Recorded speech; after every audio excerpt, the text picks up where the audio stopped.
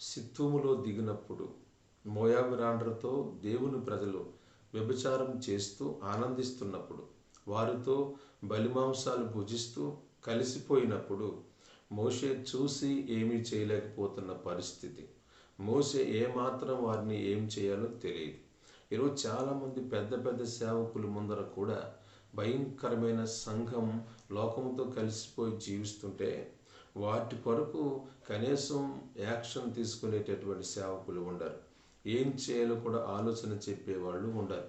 కానీ ఫినెహాసు ఆ గుంపులోంచి లేచి ఈటి పట్టుకుని వెళ్ళి ఆ ఇద్దరిని ఒక్కసారిగా పొడిచినప్పుడు ఆ తెగులు అక్కడ ఆగిపోయింది అని పరిశుద్ధ గ్రంథం సెలవిస్తుంది.